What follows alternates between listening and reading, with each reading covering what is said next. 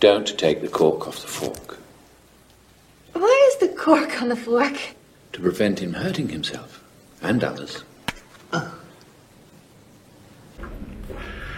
All right. Let me respond to the heavy pushback on the things I said about the Speedmaster, the new Speedmaster Moonwatch. Hang on to your knickers, kids. This ain't gonna be pretty.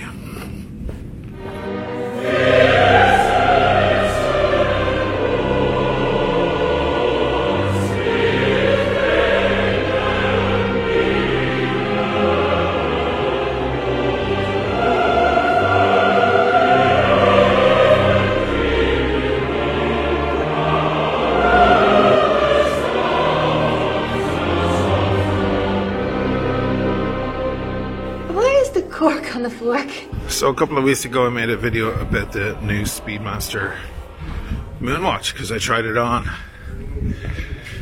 And the reaction to that video was colourful, to say the least. What is somebody playing? That's the Polonaise, right? Chopin? Or Chopin? If you're one of these idiot watch tubers that doesn't know how to pronounce the names of the very things that they're interested in.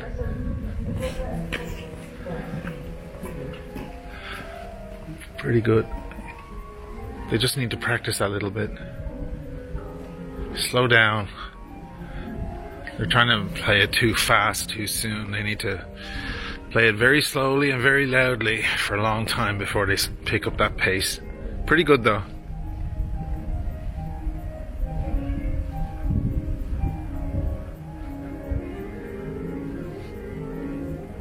Oh, just a tiny bit blurry in some of those runs. Some work to be done, but very good. Very good player. Yeah, honestly, about the pronunciation of the watch brands. Guys, look, you as viewers, you can't be expected to pronounce all these things. You need to speak all these languages. I don't speak French. I have a little French. I don't have much. I certainly don't speak German. Oh, I'm sorry. I really don't know any German. That's all right. I know a little German. He's sitting over there. But I think we as YouTubers have a responsibility to like put a little effort in, right? I'm hearing people saying Longines with the S at the end. Just go ahead and say Longinez while you're at it. Fuck it. Constantine, of course. That's one that goes around a lot. It's just funny to me because it's like if you're a YouTuber and you have thousands of followers, maybe hundreds of thousands of followers, and you pronounce it wrong, you're going to make other people pronounce it wrong because they'll think you're the expert. Watch expert reacts to blah blah blah, and you can't fucking pronounce watch brands correctly. Give me a fucking break. A couple of things real quick before we get started into this. First of all, what am I wearing? I am wearing this beautiful custom Seiko. Look at that. Uzma Malik in Dubai sent it to me. It's a bit loose right now because it's quite cold. It's very sunny but kind of cold. I'll do an episode on these. He sent me 4 in total, and I just, as some of you guys know, I just fell in love with a King Turtle that I purchased recently too. I'm going through a bit of a Seiko moment right now, guys. I don't know what's happening. I know I bought a couple of Sea Dwellers there. And I should be gushing over those right now, but I'm not. They're great, but I'm really enjoying the Seiko thing. That King Turtle is coming with me to the beach and so on. It's going to be my summer activity watch for sure. I love it. I want to apologize real quick for the bombardment of commercial breaks that you guys were subject to when trying to watch my latest video, the one about the Tudor Chrono, the Tiger Woods edition. It's not my doing, guys. I know some were complaining. It's not me at all. It's YouTube. Once they flag your video for content, like the music I used, they're like, oh, that belongs to such and such, and therefore you're out. Which is fine. Like, they can take the money. I don't want to make money off someone else's art. Even though that composer, Beethoven, has been dead for hundreds of years, the actual recording belongs to someone. And it was the right piece of music, and I always make this very tough decision whether to use a piece of music that's going to not be flagged and I can make money off the video. It's never much money, but whatever. Or use the right piece of music and just forfeit all profits and, more importantly, all control. Because what happens is, when you don't have that issue, you can choose how many commercials you can have in your video, if any. But when you don't have the control, when they take it out of your hands and they say, okay, you're not monetizing this, we're monetizing it, then they do it on behalf of the other artists and for them, YouTube themselves. And by God, do they riddle the video. They take every penny they can. Banners, commercial breaks every 4 or 5 minutes. It's really frustrating. And it's horrible. I never do that to my videos. I always put just pre-roll, before the video, which you can skip after 5 seconds, and then the same at the very end after the video's finished. So if you ever see anything else, like a commercial pop in the center of my video, that's because of that issue. That's YouTube's doing, not mine. Alright, sorry. Incidentally, if you're looking for that watch, that Tudor chronograph, that beauty, that's not mine. That belongs to Mark at finewatchclub.co.uk. He's in Norwich. Beautiful store there, and he specializes in I won't say vintage, like kind of, stuff from the 80s, 90s, noughties. Gorgeous. A lot of discontinued stuff. He has some beautiful pieces, and he sent me that watch to review. I think that actual one is sold already. I'll have to reach out to him and see. I'll leave a link in the description below for his website and his Instagram and all that. But I think he has another one. I was speaking to him the other day. I think he has another one that he's taking out of his safe that he's going to put up there, which is almost the same, but it has the oyster bracelet. Grab it while you can, guys, because that one looks even more Paul Newman Daytona-ish, And even if you're not into these watches, they're amazing investments. Those watches are just going up and up. I mean, they're going to be worth so much money in the future. They're already, getting up there. So, the Speedmaster. Speedy Gate. The scandal. Lots of things to say here, guys. First of all, you can't change my mind. I know what I experienced. Any of you thinking I have some sort of ulterior motive or I'm inventing it? Are you kidding me? Like, I'm a mega fanboy, guys. I've been making video. I made a video once the information about the new Speedy was beginning to be leaked. I made a video all excited about the rumors, about what they were changing, about the new movements.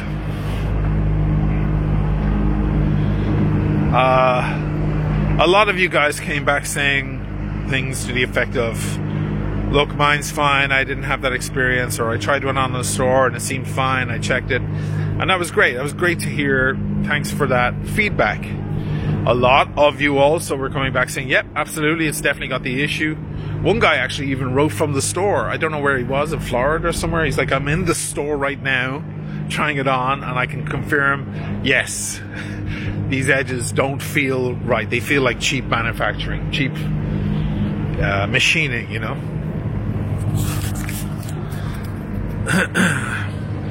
But there was a lot of what you might describe as colourful pushback First of all, if you're a reseller or a jeweler, I don't give a shit what you say. We're not interested in what you have to say. You're a seller. If you're selling the watches, you're obviously gonna say, no, it's fine, right? You don't have journalistic objectivity. You have a dog in the fight. I don't. There was no reason for me to say anything bad about the new Speedies. In fact, there's plenty of reason for me to hide anything bad about the new Speedies. I know the guys there at the boutique now. They're all fans of the channel. I put my name on a list for Snoopy. That's not going to happen now after I said this, right? I just killed my chances of getting a Snoopy, probably. I have my eye on some other watches they have there. It's going to be very hard for me to walk in there now after making that video. I had every reason to stay completely silent about what I experienced. But instead there was a ton of pushback. I disagree completely. You're so wrong. What? How can you disagree with my experience? You can say that you've tried one and you have had a different experience, and that's fine. Thank you very much for letting me know. But you can't disagree that I thought the edges were cheaply finished. That's you can't disagree with. That's like me saying my knee hurts today and you saying, I disagree. What, you disagree that my knee hurts? Like, what? You can't disagree with whatever. Why am I trying to reason with the unreasonable? I don't know. Why is the cork on the floor? Some were like disappointed about the review. What sort of review is this? Like, it wasn't a review. I was reporting on an issue that I discovered with the new Speedmaster.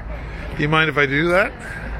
It was. I'd love to have reviewed it. I would have loved to let you guys know what I thought about the step down dial and the dot over 90 and all of that, and compare the Hesalite to the Sapphire. But something else got in the way, guys. Something took priority. Something overshadowed all of that. A couple of you guys were saying, well, what the hell, just finish it off yourself, bring it home, stop bitching. I mean, I just have to leave those guys say that. I mean, God help them, you know. Think of the mind that says something like that. My God. Puerile beyond belief. And somebody who wants to bring a watch home that they just spent $7,000 on and finish the polishing themselves with steel wool or something? Get out of your mind.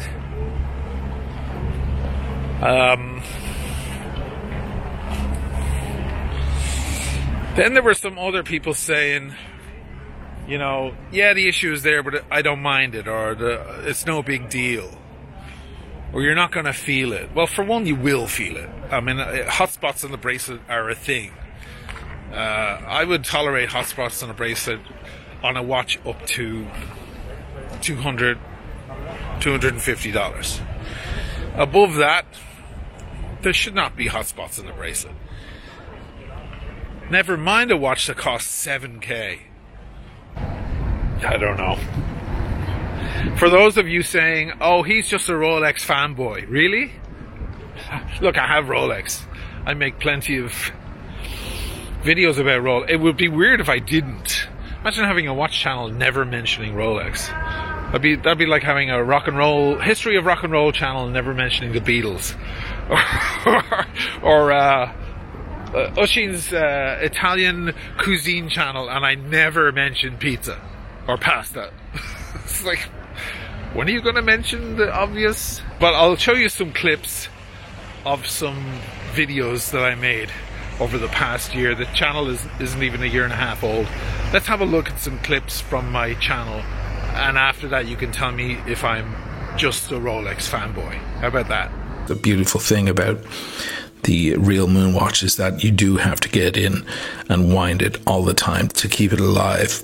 Quanto è? 150.000 hai detto? 150.000. Whichever way you pronounce this symbol is the way you can pronounce the brand name. So the display model had no dial at all, so people could see into the watch. One of the best divers in the world. Nothing like a Vacheron price-wise, but definitely a great watch, and great to see that he has it. If you know my channel, you'll know I love this watch. I actually have one on as we speak. It truly is invisible. I guess they use anti-reflective coating on the outside and the inside. And in here you have the whole history of the Apollo 11 missions and Apollo 13 missions.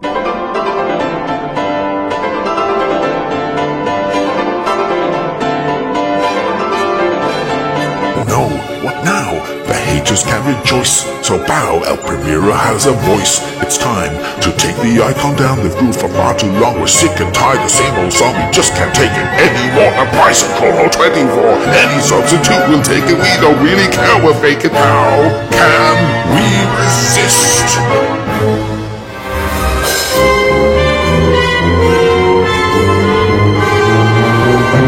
With this watch you can read the time under dirty water at night.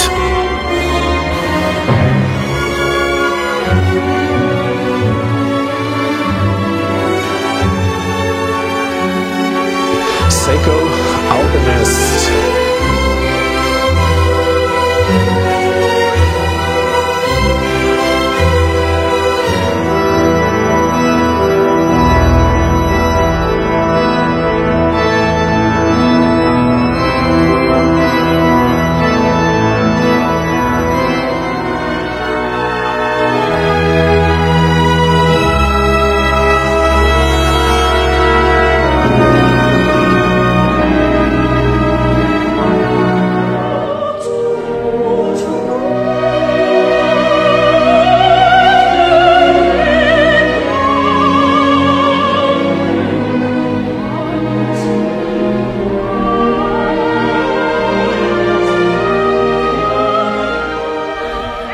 There were a couple of comments that were clearly from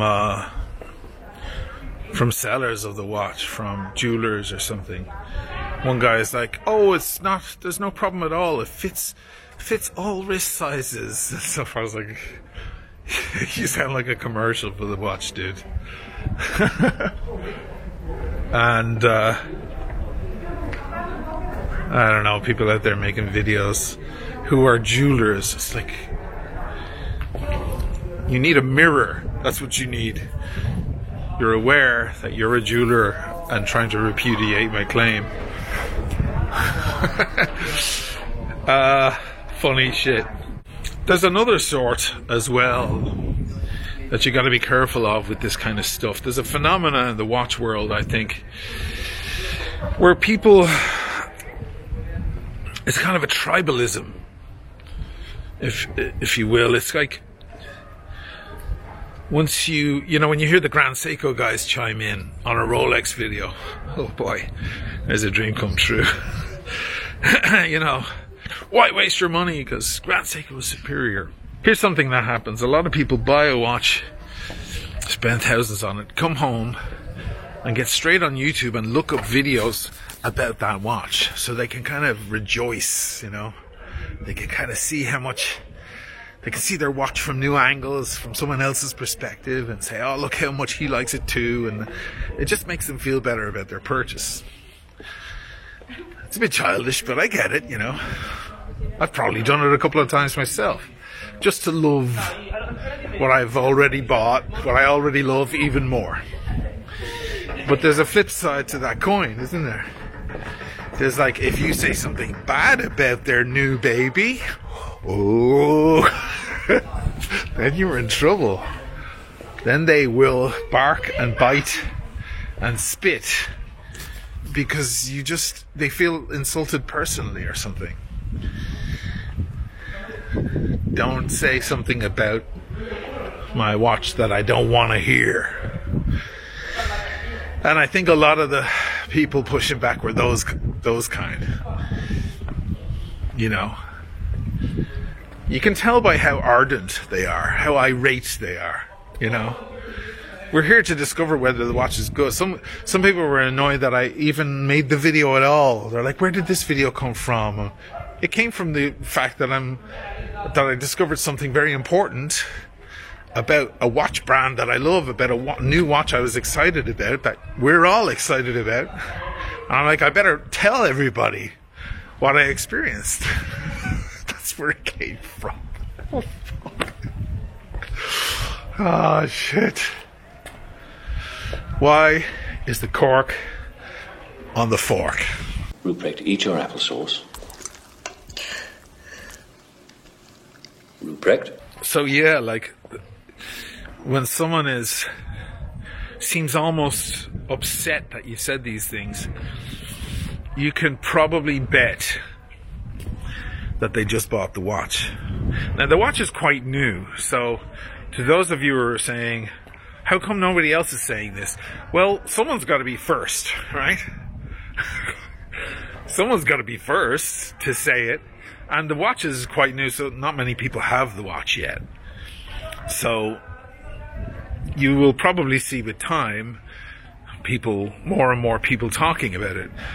From what I can gather, like wading through the various idiotic, childish remarks from various folks, I think the best conclusion I can come to is that some of them are good and some of them ain't.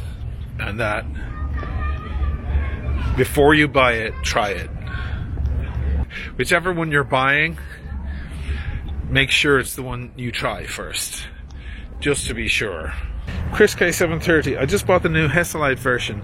I definitely see what you're saying, but I just couldn't wait for them to fix it after waiting over a year for this release. Okay.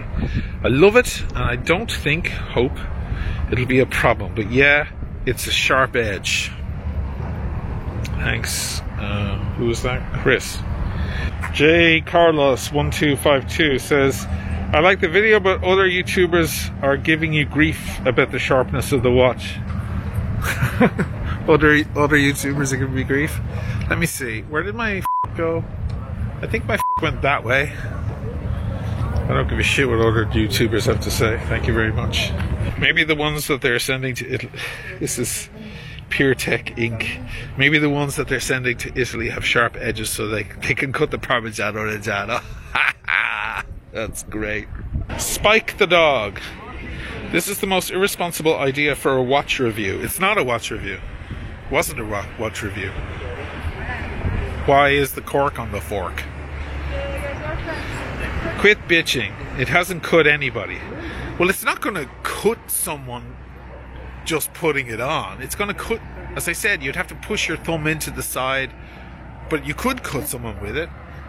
I can't cut someone with this watch or any of my other watches, but you could cut someone with it. And there's cut and there's cut. You don't know, like Hotspots, what they're technically doing is abrasing your skin. So just because it doesn't break your skin doesn't mean it's not abrasing it. Bertram Minnick. Hopefully the 321 was not sharp. No, it wasn't sharp. The Ed White 321 was not. In fact, I made a point of outlining that to Andres, the manager there. I was like, now feel that edge. That's gorgeous. You know? Because I was already put off by the other ones, and then they brought out that one, and I tried it on. I'm like, oh, there it is. That's what you want, you know? A beautiful, perfect, crispy, brand new edge, fine. Not something that feels like bad machining. It's a difference. Stevie says, Mr. Glass over here with his paper thin skin. My skin is the same thickness as yours. Maybe you should stick on rubber G-Shocks. Oh, this is just... I love these guys. They get a kick out of it. They're like... I have to give it to you, man. It's so important to you. Why would I take away your little moment there? Leave the little doggy have his bone. To those of you saying that the video was clickbait, guys, you don't know what clickbait is, clearly. Clickbait is when you make a video title or a thumbnail or both that's misleading, that the content of the video doesn't isn't the same. Is not talking about what you alluded to in the in the title. Do I have to explain this? I guess I do. You know, like if I made, or even like a sensationalized title, like "My dog ate my Rolex," right? Everyone's going to click on that. They'll be like, "Oh my God, really?" And they'll want to see. And let's say then I elaborate. I talk about various other things. I don't get onto that subject, and when I do, I go, "Oh, it's okay.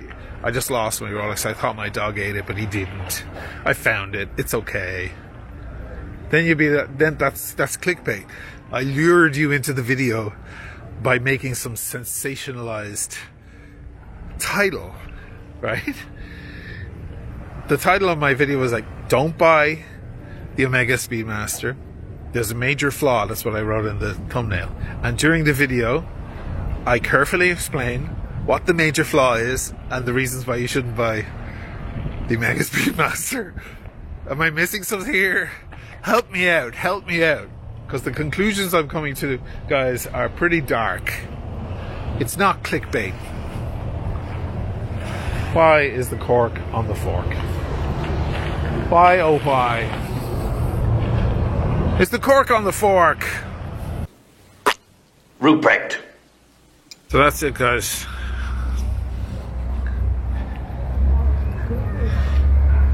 I'm here as your humble servant to tell you what my experiences are with various different watches, what I think of various different watches. You don't have to listen if you don't want to. But if I buy, I don't know, a Rolex from the AD that turns out to be a fake, you'll hear about it. If I buy a Panerai from the AD that loses half an hour a day, I'll tell you. If there's somebody selling watches at the back of the AD to grey market and I find out for sure, I'll let you guys know what I heard, what I discovered. And by God, if I try on a brand new release from Omega that the whole world is waiting for, and I discover something is afoot, you better believe I'm going to tell you about it, whether you like it or not. Whether some of you are comfortable with that or not. Okay? Okay. Thanks for watching the Timeless Watch channel. I will see you guys in the next one. Excuse me. May I go to the bathroom first? Of course you may.